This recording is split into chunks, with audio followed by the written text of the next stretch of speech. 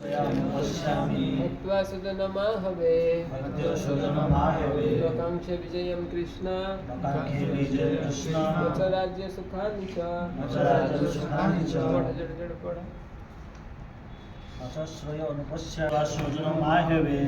नकांक्षे विजयं कृष्ण न च राज्यं सुखानि च न च श्रेयो न पश्यामि हत्वा सृजनमाहेव न काङ्क्षे विजयं कृष्ण न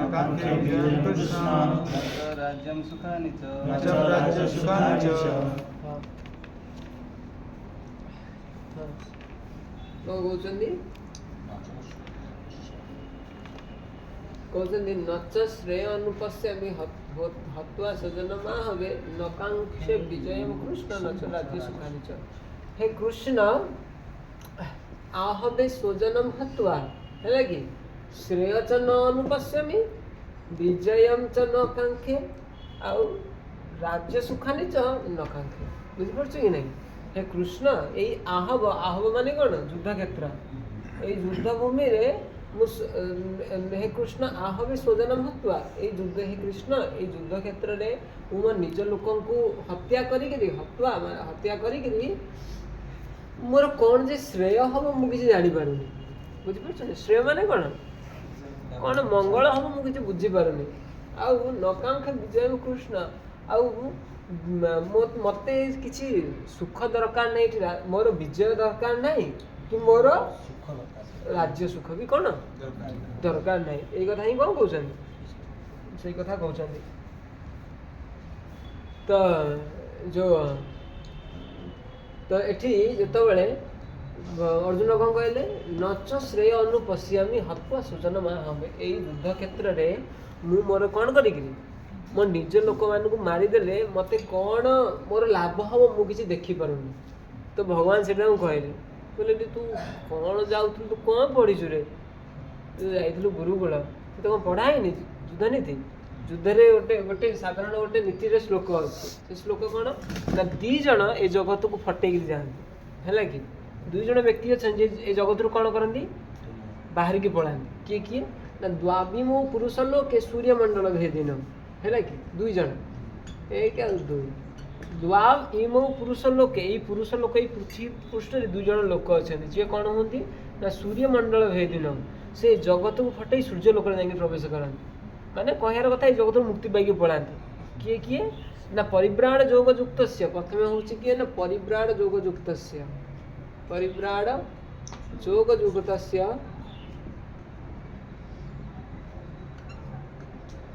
द्वितीय हूँ रणे च अभिमुख हता। रणे च अभिमुखे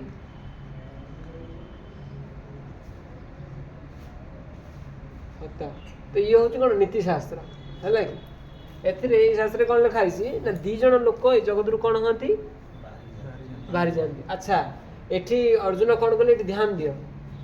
अर्जुन कौन कहले मो स्वजन मान को युद्ध क्षेत्र में मारिकी कौन लाभ हम किसी जापारूनी। भगवान ये जो यही पदटा कहती भगवान सागे सागे श्लोकता कहले कहले अर्जुन तुम्हें कौन पढ़ी न तुम कौन यहाँ सिलेबस नाला कि दी जन लोक ये जगत रू बाहर जाती। किए किए ना प्रथम हूँ परिव्राण जोग युक्त जी परिव्राण जोग धारण कर ब्रह्मचर्य व्रत जी पालन करती। बुझीपार कि नहीं? ब्रह्मचर्य व्रत पालन करके संपूर्ण संसार को जी त्याग करी कौन हुआ ब्रह्म प्राप्ति भगवान को प्राप्ति करने कौन आगु को आसती से प्रथम हूँ से आ द्वितीय किए ना रणे च अभिमुखी हता। जी युद्ध करुवा समय कौन हुए मृत्युवरण करे। कौन हुए युद्धि जी मृत्युवरण करे से कौन जाए ए जगत बाहर को पड़ा। आ तुम कौच कौन तुमको देखा जाऊनी श्रेय बोल तुम युद्ध कले जे मरवे कौड़े जी स्वर्ग सी जगत रू बाहर सूर्यमंडल को भेद करदे एत शक्ति अच्छी। आ तुम कौच कौन किसी श्रेय देखी पारन। भगवान कहले भगवान कृष्ण अर्जुन को कहते कृष्ण श्लोक आप निजे कहले कौन किए किए जीवे भगवान पाखक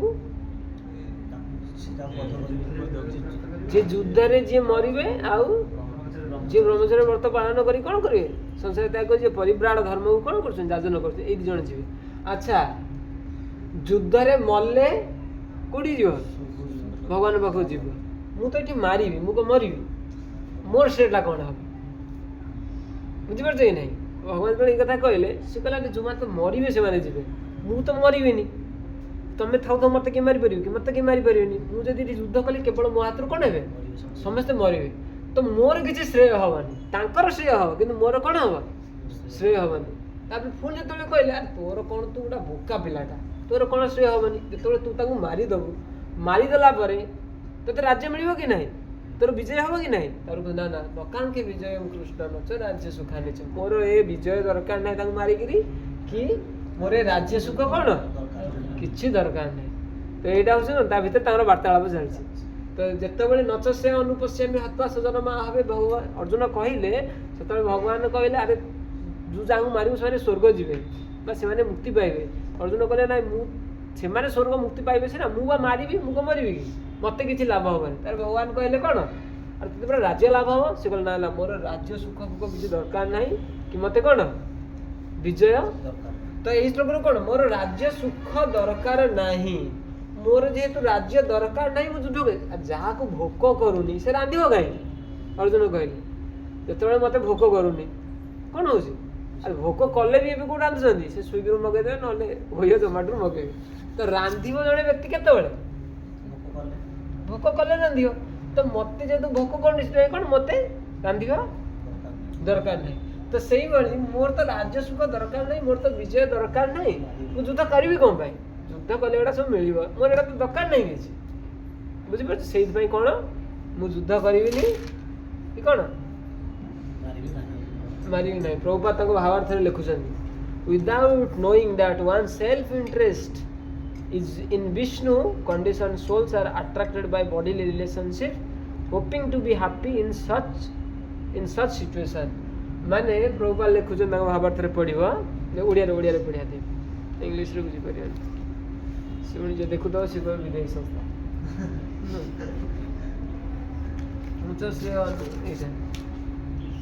ବଦ୍ଧ ଜୀବ କିଏ? ମାନେ ଏଇ ଜଗତରେ ଯିଏ, ମାନେ ଆମମାନଙ୍କ କଥା କୁହାଯାଉଛି। ଏବେ ବଦ୍ଧ ଜୀବ ଏକଥା ଜାଣିପାରେ ନାହିଁ ଯେ କୃଷ୍ଣ ବା ବିଷ୍ଣୁ ହେଉଛନ୍ତି ତାର ଏକମାତ୍ର ଆତ୍ମୀୟ। ସେ ଭୁଲରେ ଶରୀର ସମ୍ବନ୍ଧରେ ସମ୍ବନ୍ଧିତ ହୋଇ ଆତ୍ମୀୟ ସ୍ୱଜନମାନଙ୍କ ପ୍ରତି ଅତ୍ୟନ୍ତ ଆସକ୍ତ ହୋଇ ସେମାନଙ୍କ ଗହଣରେ ସୁଖ ପାଇବାକୁ ଆଶା କରେ, ହେଲା କି? ତ ଏଠି ସେ କ'ଣ କହୁଛନ୍ତି?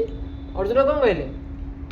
ନଚ ଶ୍ରେୟ ଅନୁପଶ୍ୟାମି ହତ୍ୱା ସ୍ୱଜନ ମା ହେବେ। ମୁଁ ମୋ ସ୍ୱଜନ ମାନଙ୍କୁ ମାରିକିରି ମୋତେ କିଛି ଶ୍ରେୟ ମିଳିବନି। ତ ପ୍ରଭୁପାଦ ତାଙ୍କ ଭାବାର୍ଥରେ କ'ଣ ଲେଖିଲେ କି ଯେଉଁମାନେ ସବୁ ବଦ୍ଧ ଜୀବ ସେମାନେ ଜାଣିପାରନ୍ତିନି ପ୍ରକୃତ ସ୍ୱଜନ କିଏ, ନିଜର ପ୍ରକୃତରେ କିଏ? ଭଗବାନ ନିଜର। ଆଉ ଜଗତରେ କିଏ କ'ଣ? କିଛି ସମୟ ପାଇଁ ଆମର ନିଜର କ'ଣ ହେଇଛନ୍ତି? ଆଚ୍ଛା, ତମକୁ କେତେ ବର୍ଷ ହେଲା?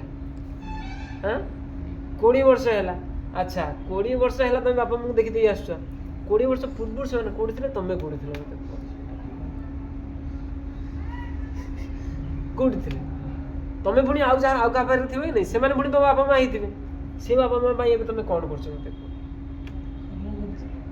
କର୍ମ କରୁଛ। ସେ ବାପା ମା ଏ ବାପା ମାଆଙ୍କ ଛଡ଼ା ଯେଉଁ ପୂର୍ବ ବାପା ମା ଅଛନ୍ତି, ଏବେ ତମେ ଯାହା କର୍ମ କରିବ କାହାକୁ ଖୁସି ଦେବ?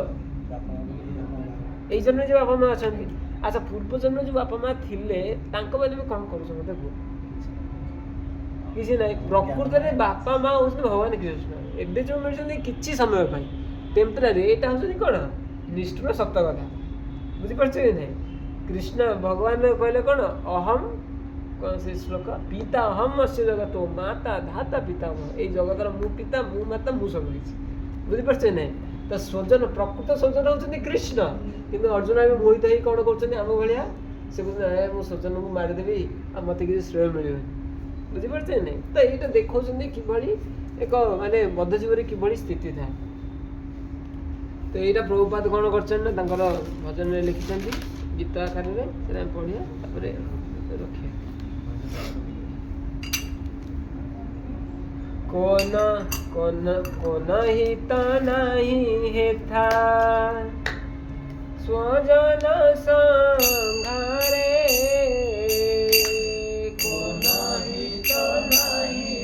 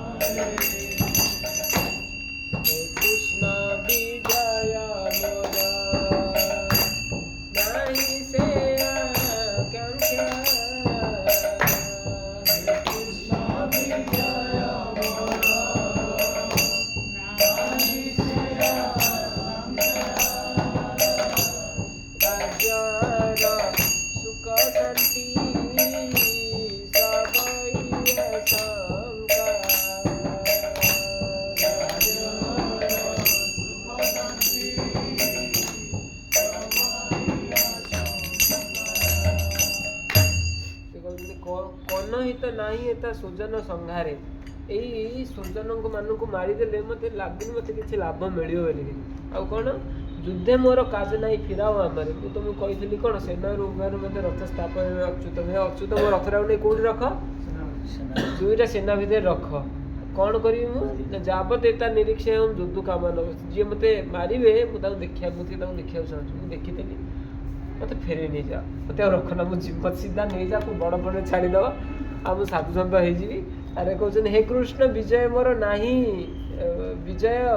ନାହିଁ ସେ ଆକାଂକ୍ଷା, ରାଜ୍ୟ ଆର ସୁଖ ଶାନ୍ତି ସବୁ ଏଇ ଆଶଙ୍କା।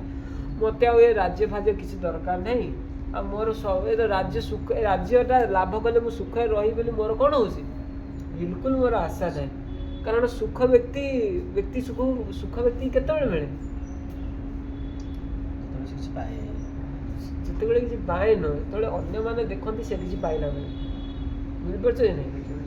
ତ ମୋବାଇଲଟା କିଣିଲ, ଯଦି 4-6ଟା ଛୁଆଙ୍କ ଆଗରେ ଟିକେ ମୋବାଇଲଟା ନ ଦେଖେଇଛ, ଘରେ ଟିକେ ଫଟୋ ନ ଉଠେଇଛ, ସୁଖ ମିଳିବ କି? ତ ଅର୍ଜୁନ କହୁଛନ୍ତି ମୁଁ ରାଜ୍ୟ ଫାଜ୍ୟ ସବୁ ପାଇଯିବ। ଆମେ ଦେଖିଲ 5 ଭାଇ ଥାଉ, 5 ଭାଇ ଦ୍ରୌପଦୀ ଏକୁଟିଆ ଥିବ, ସେ ତାର ରୁଟି ଫୁଟି କରିକି ଦେଉଥିବ, ଆମେ ଖାଉଥିବୁ,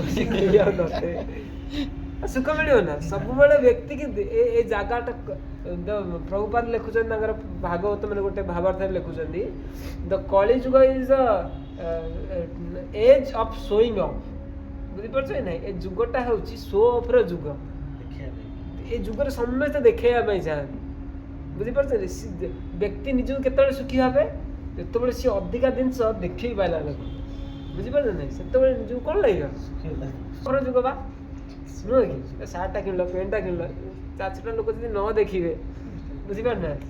ସେଣ୍ଟଟା ଯେତେବେଳେ ତମେ ପକେଇଦବ, ତମେ ଚାଲିକି ଯିବ, ତମ ମନରେ ପ୍ରଥମେ ସେଣ୍ଟ ବାସ୍ନା ଶୁଣିକି ଯେତେ ଭଲ ଲାଗିବନି ମୋ ସେଣ୍ଟଟା, ଆରେ ଇଏ ପାସ୍ ହେଇଗଲା ଶୁଙ୍ଘିଥିବ ନା, ଆଉ ହୁଏ କି ନାହିଁ? ତ ଯୁଗଟା ହେଉଛି ସେଇଆ, ଶୋ ଅଫ୍ର ଯୁଗ। ତ ଅର୍ଜୁନକୁ ଆଜି ସୁଖ କାହିଁ ମିଳିବନି ବୋଲି କହୁଛନ୍ତି? କାରଣ ତ ସବୁ ତ ମରିଯିବେ। ମୁଁ ଏଇଟା ରାଜ୍ୟଟା ଜୟ କରିଥିଲେ ସେ ଦୁର୍ଯ୍ୟୋଧନକୁ ଦେଖିଥାନ୍ତି, ସିଏ ଦେଖିକି କ'ଣ ହେଇଥାନ୍ତା? ଚିଡ଼ିଥାନ୍ତା, ଏ ମାମୁଁ ଆମର ନାହିଁ, ଆମର ଏଇଟା କରିବା। ସିଏ ତାର ବାଡ଼ାବାଡ଼ି କାନ୍ଦା କରିଥାନ୍ତି, ସେଟା ଦେଖିବା ମୁଁ କହିଥାନ୍ତା, ଖୁସି ଲାଗିଥାନ୍ତା। ଆରେ ସିଏ ମରିଯିବ, ତା ମାମୁଁ ମରିଯିବ, କେହି ରହିବେନି ଦେଖିବା ପାଇଁ, କ'ଣ ଲାଭ ନା କ'ଣ? ତ ସେଇଥିପାଇଁ କହୁଛନ୍ତି ମୋର କିଛି ଏଗୁଡ଼ା ସବୁ ସୁଖ ଫୁଖ ମୋର କିଛି କ'ଣ ଦରକାର ନାହିଁ। 23 ଶ୍ଲୋକ କହିବେ, ତାପରେ ଆଗକୁ କହିବେ ସବୁ ଆପରେ ରାଜ୍ୟ ସୁଖ ଦରକାର ନାହିଁ। ତାପରେ କହିବେ କ'ଣ? ଆମକୁ ପାପ ଲାଗିବ, ଏମାନଙ୍କୁ ସବୁ ମାରିଲେ ଆମକୁ ପାପ ବହୁତ ଲାଗିବ। ଯେଉଁ ଭଗବାନ କହିବେ ଆରେ କାହାକୁ ନ ମାରେ ସେ ଦୁର୍ଯ୍ୟୋଧନଟାକୁ ତ ମାରିଦେ। ଆଜ୍ଞା ଚୁଚନ୍ଦ୍ରାକୁ ମାରି ହାତ କରିଦେବ, ତାକୁ ମାରିବାକୁ ଯିବି, ମୁଁ ତାକୁ ହିଁ ମାରିବିନି। ତାପରେ ଏମିତି କହେ। ତାପରେ ଲାଷ୍ଟ ଯେତେବେଳେ ଭଗବାନ ବାରମ୍ବାର କହିବେ ତୁ ମାରେ କିଛି ପାପ ହବନି। ମୁଁ ଏଠି ଅଛି, ତୋର ପାପ କ'ଣ ହବ କହୁଛି? ମୁଁ ସବୁ ପାପ ତୋର କାଟିଦେବି। ନା ପାପ କାଟିଦେବେ ସିନା, ଆଉ ଆମର କୂଳଟା ନଷ୍ଟ ହେଇଯିବ। ଆମର ଯେତେବେଳେ ସବୁ ପୁରୁଷମାନେ ଆଇଛନ୍ତି ଲଢ଼ିବା ପାଇଁ, ସବୁ ପୁରୁଷ ଯେତେବେଳେ ମରିଯିବେ, ସ୍ତ୍ରୀ ଲୋକମାନଙ୍କୁ ସମସ୍ତେ ଆସି କ'ଣ କରିବେ? ତାଙ୍କୁ ନିର୍ଯାତନା ଦେବେ।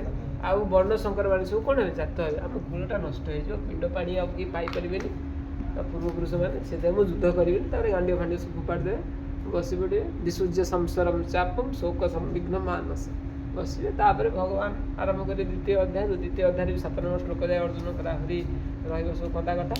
ତାପରେ 7 ନମ୍ବର ଶ୍ଲୋକରେ କହିବେ ମୋତେ ବି ଆପଣ କୁହନ୍ତୁ। ମୁଁ ଏତେ କହିଲି, ଆପଣ କିଛି ସେତେବେଳେ ଠିଆ ହେଇଛନ୍ତି କିଛି କହୁନାହାନ୍ତି, ଟିକେ କୁହନ୍ତୁ କ'ଣ ମୋତେ ଭଲ ଲାଗୁଛି। ତାପରେ ଭଗବାନ ଆରମ୍ଭ କରିବେ ଭଗବତ ଗୀତା। କାହାର କ'ଣ ପ୍ରଶ୍ନ ଅଛି ପଚାର?